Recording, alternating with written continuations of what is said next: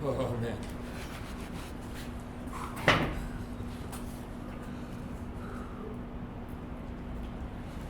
think it's like a sweltering 2 below over here. Good morning, everybody. Welcome to Better Than Food Book Reviews. I'm your host, Cliff Sargent, and I am in the snowy tundras of Greenpoint, Brooklyn, in New York City. This episode of Better Than Food was produced by New York-based author Nathan Smith, who is a huge enthusiast of the author I'm reviewing today in his own right and a sharp playwright, and you can check him out at www.nathantsmith.net, which I will also leave in the description box. Thanks very much, man. Really appreciate the support. So here we go. Onward. This one's very famous, and I'm sure some of you have heard it before. This is called The Tiger. Tiger, tiger, burning bright in the forests of the night. What immortal hand or eye could frame thy fearful symmetry? In what distant deeps or skies burnt the fire of thine eyes? On what wings dare he aspire? What the hand dare seize the fire? And what shoulder and what art could twist the sinews of thy heart? And when thy heart began to beat, what dread hand and what dread feet? What the hammer, what the chain, in what furnace was thy brain? What the anvil, what dread grasp, dare its deadly terrors clasp? When the stars threw down their spears and watered heaven with their tears, did he smile his work to see? Did he who made the lamb make thee?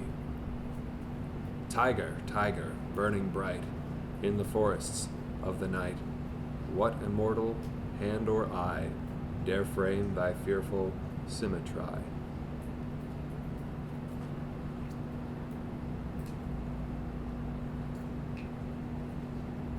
That line, did he who made the lamb make thee, always gives me chills, and it's not just the snow that's cascading down on my head. Those were the words of the one and only English poet William Blake, and he is a long time overdue for a review. You know, there's, again, coming back to that line about the lamb, it's a profound line of poetry. Did he who made the lamb make thee? It's a profound line of poetry that I just can't get over. Something about that juxtaposition of the creator of the fierce and the creator of the meek, and that, that essence of cosmic heaviness, of organic mortality and death, and the why of human consciousness as you look up at the stars. It's like, here's another one to remember, a really short one, but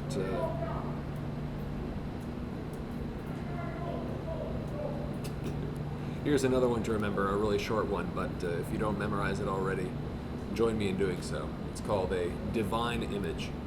Cruelty has a human heart, and jealousy a human face. Terror, the human form divine, and secrecy, the human dress. The human dress is forged iron, the human form a fiery forge. The human face a furnace sealed, the human heart its hungry gorge. Beautiful. Whoa. Blake needs no introduction, of course, but I'm going to give you one. Today I am reviewing The Portable Blake, which is a collection of all of his most famous poems. Most who met him called him a madman, but few who knew him would not call him a genius. In fact, it would seem that one did not really meet William Blake, right? One encountered William Blake, like a force of nature. It was, for many, akin to a religious experience.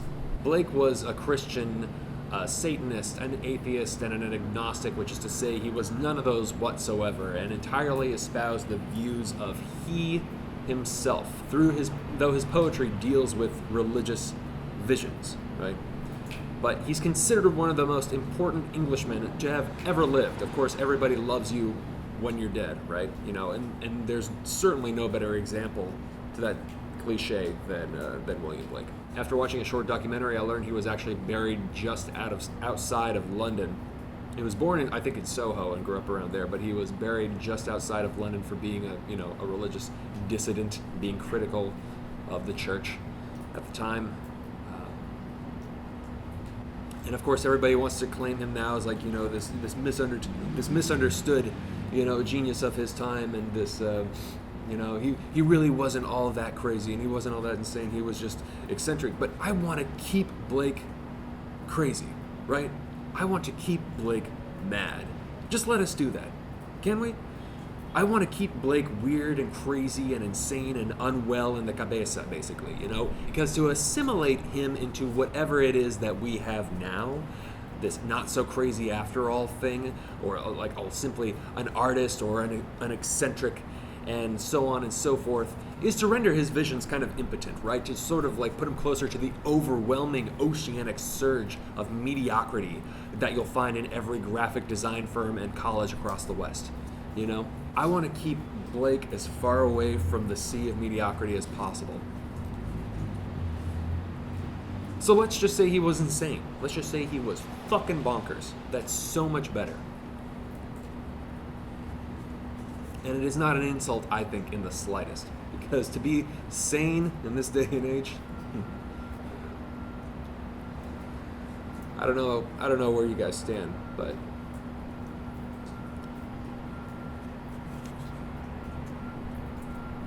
sometimes I look at those who are considered mentally healthy, and I just want to run.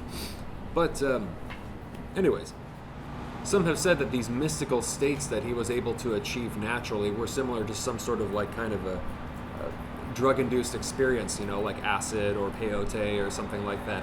Whether or not this is the case really doesn't matter. What does matter is that after all of his study, his own self-study of all these cultures and religions and his political awareness, this is an important part, so listen.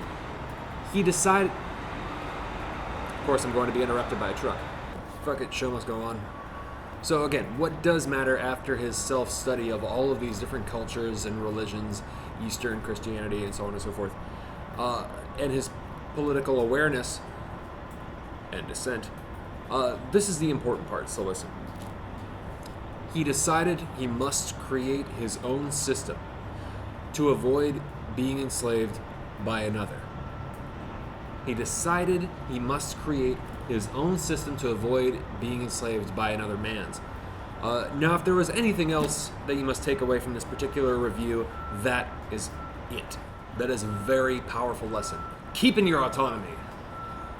So impoverished for most of his life and being born, it would seem, a visionary, Blake was not only a poet, but he was also a painter, a political critic, and a printmaker. Blake is synonymous with liberation in many people's eyes. Liberation of the mind, body, and soul, and his writing feels ecstatically liberated. The literary equivalent of the moment the shackles are broken, of the spirit of Satan's rebellion, of the slave vanquishing the master and freeing the army of enslaved brothers and sisters. Of course, it's not nearly as one note as that may sound, but it is certainly heralding that spirit, right, in the prose throughout most of his writing. Again, creating his own system to avoid somebody else's. He was definitely a ballsy man of his time, walking around wearing a Phrygian cap or a red bonnet, basically, which was a symbol of one who was against the aristocracy and definitely pro-revolution, which was right around the corner at that time. Or maybe it had already started, I'm not sure. We're talking, I think, later 1800s, mid to late 1800s. He was an enormous critic of the child labor laws, or the lack thereof, at the time in London, where all these young boys would be chimney sweepers and suffer the pangs of absolutely horrifying work conditions that would essentially age them immensely and then leave them broke on the street, forcing to make ends meet in whatever fashion that you can imagine. Prostitution at the time in London was also off the fucking wall. I mean, it was just, it was horrible. Very, very bad quality of life in London in this time. But yeah, we're going to keep him insane because sanity at that time, and in my opinion, now, treats people so much worse sometimes. Blake was a huge fan of Albert Dürer, and when he was younger, and it's no surprise, particularly when you're looking at the illustrations, which are included in here. They're kind of small, so I recommend looking them up online or a much bigger version. The illustrations for the Book of Job, which are more of an interpretive homage, certainly more than they are of the actual, the biblical story. But they're beautiful. I'd show them to you, but they're really small here. But his painting style is kind of not crude, but it's kind of rough around the edges and really particular. Very, very unique and identifiable. Really, just kind of just strange, and again, so strong and. Yeah, there's always that liberating factor, that ecstatic liberation. The feeling of ecstatic liberation permeates the work of William Blake in whatever medium. So, Dürer, this guy that he liked, also has a special place for me. Of course, he had his own liberated style, which communicated intensity through and through. Many of his withered, muscular, and disturbingly rendered forms dealing with sex and death and religion, big surprise. His phenomenal woodcuts are studied all over, The one that stuck with me most, I think I was taking an art history class in college, and I saw this. It was called The Night, Death, and the Devil. Beautiful engraving.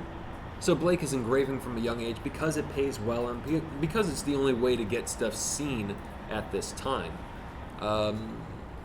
That is writings and paintings. It's the only way for things to get reproduced on a large scale.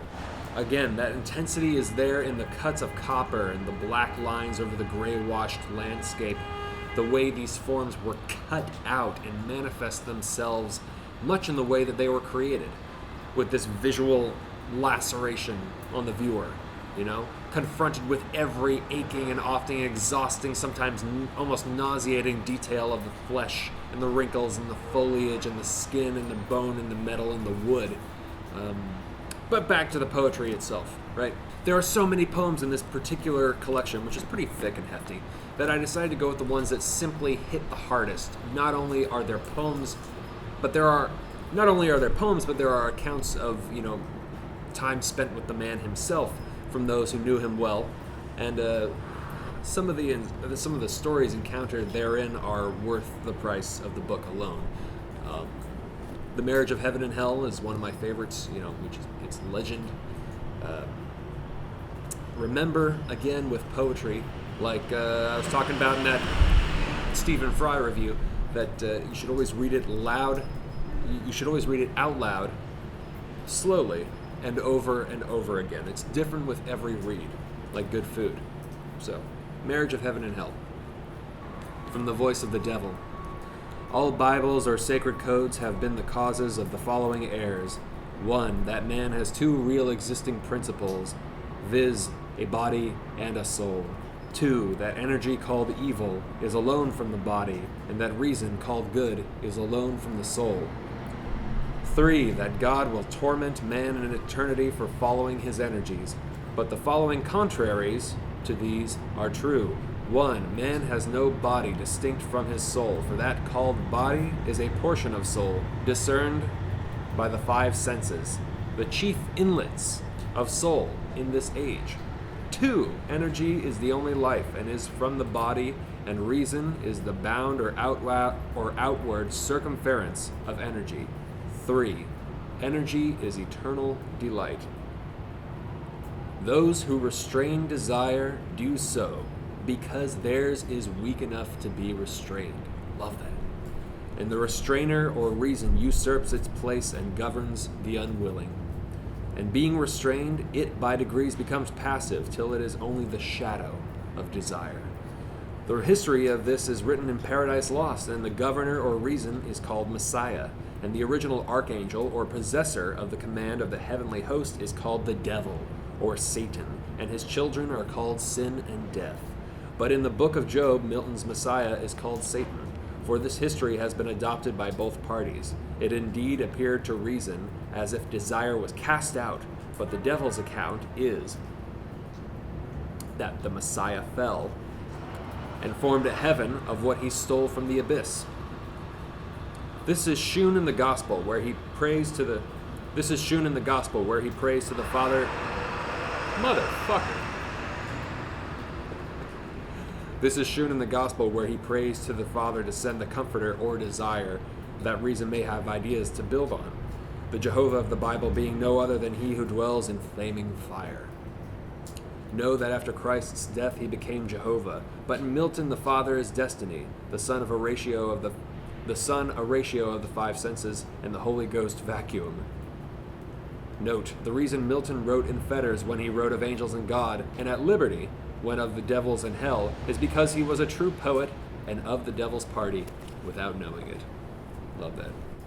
There's a man named Crab Robinson who encountered and spent some time with William Blake, and the very last piece of the book is him reminiscing on his time spent with him. And there was this one line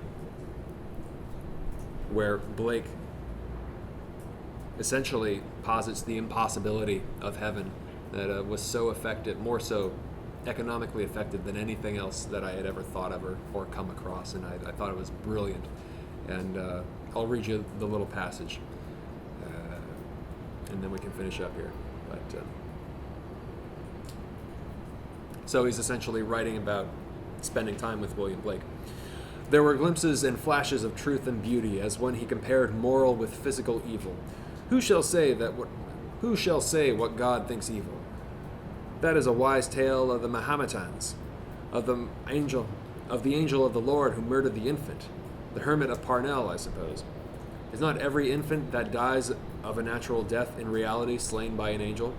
And when he joined to the assurance of his happiness, that of his having suffered, and that it was necessary, he added, there is suffering in heaven. For where there is the capacity of enjoyment, there is the capacity of pain. There is suffering in heaven. For where there is the capacity of enjoyment, there is the capacity of pain, which is to assert that you can't have one without the other, so how could you have a heaven without suffering? How would you know the difference? I just thought that was beautiful. Beautiful to think about. All right, guys. Speaking of heaven, always remember the Gospel of John. If you go home with somebody and they don't have books, don't fuck them. Please follow me on Twitter. I'm going to start announcing the next book that I will be reviewing week by week. So you can get a heads up there and get a hold of it and read it, if you're a fast reader, before I review it, so you can, have some background with it and give some input. Anyways, if you haven't subscribed already, please do so. Donate on Patreon if you can, and bundle up if you're in the New York area. Be safe. Kiss your mom. Hug your dog.